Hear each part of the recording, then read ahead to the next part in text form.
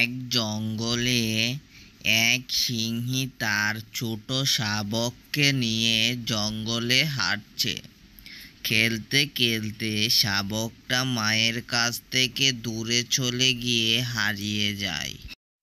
এক হরিণ শাবকটিকে কাঁদতে দেখে হরিণ মনে মনে, এ একেবারে একা, আমি একে লালন পালন করব।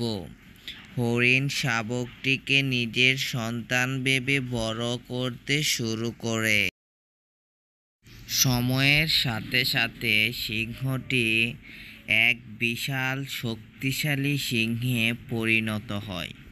হরিণ ও সিংহ একসাথে থাকে, যেন মা ছেলের মতো।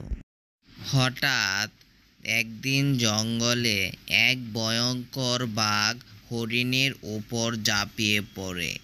বাঘ গর্জে, আজ তুই আমার শিকার। হরিণ আতঙ্কে কাঁপছে।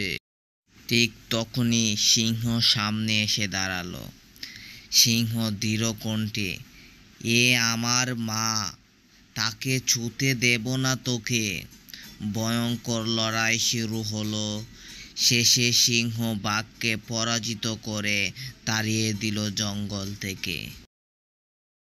সিংহ হরিণকে বলল, তুমি আমার রক্তের মা নও, কিন্তু ভালোবাসায় তুমি আমার আসল মা।